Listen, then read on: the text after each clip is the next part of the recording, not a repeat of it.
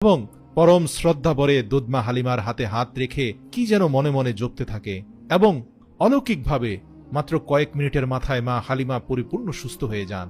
আর এটা দেখে তান্ত্রিকরা অবাক হয়ে যায় এবং সেখান থেকে চলে যায়। তবে তান্ত্রিকরা বুঝে গিয়েছিল ইনি শেষ নবী, কারণ এত অলৌকিক ক্ষমতা কোনো তান্ত্রিকের থাকতে পারে না। তারা দ্রুত গিয়ে ইয়াহুদি পণ্ডিতদেরকে আল্লাহর রাসূলের এই বর্তমান অবস্থান সম্পর্কে জানিয়ে দেয়। ফলে নবীজিকে নেওয়ার জন্য শত্রুরা বিভিন্নভাবে হালিমার ঘরে আক্রমণ শুরু করে।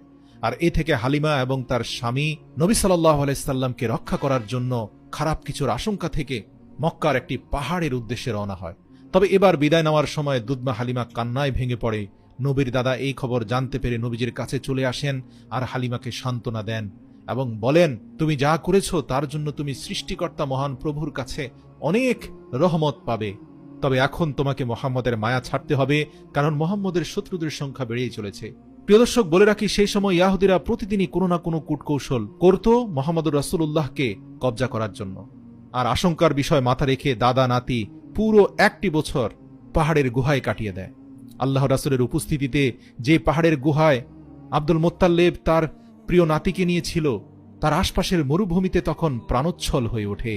এরপর একদিন মা আমিনা সেই গুহা থেকে নবী সাল্লাল্লাহু আলাইহি সাল্লামকে নিয়ে মদিনাতে আসেন তার নানার বাড়িতে আত্মীয় স্বজনদের সাথে দেখা করতে এবং তার স্বামী অর্থাৎ নবীজির পিতা আব্দুল্লাহর কবর জিয়ারত করতে। মূলত নবীর জন্মের 2 মাস আগেই ব্যবসার কাজে আব্দুল্লাহ মদিনায় এসেছিলেন এবং সেখানে অসুস্থ হয়ে ইন্তেকাল করেছিলেন।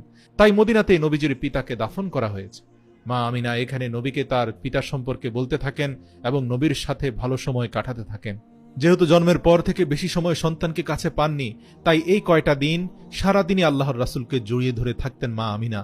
কিন্তু মাত্র 2 মাসের মধ্যে মা আমিনা হঠাৎ করে অসুস্থ হয়ে পড়েন। আর এই অবস্থাতেই নবীকে নিয়ে মদিনা থেকে ফেরার পথে মা আমিনা ইন্তেকাল করেন। ফলে মাত্র 6 বছর বয়সে নবীজি মাতা পিতা সব হারিয়ে ইয়াতিম হয়ে যান। তবে এই অবস্থাতে ইয়াহুদিরা নবীজির উপর আক্রমণ করলে নবীর চাচা তাদেরকে প্রতিহত করেন। এরপর আবু তালেব নবীজিকে তার দাদা আব্দুল মুত্তালিবের কাছে মক্কায় নিয়ে আসেন। আব্দুল মুত্তালিব সারা দিন নবীজিকে চোখে চোখে রাখতেন এবং মক্কায় হজ করতে আসা মানুষদের সাথে নবীজি সাল্লাল্লাহু আলাইহি সাল্লামকে পরিচয় করিয়ে দিতেন। এমনই একটি সময়ে দাদা যখন নাতি মুহাম্মদুর রাসূলুল্লাহকে সাথে নিয়ে কাবা তাওয়াফ করছিলেন, হঠাৎ তিনি তীব্র বুকে ব্যথা অনুভব করেন এবং সেখানেই ঘুরে পড়ে যান।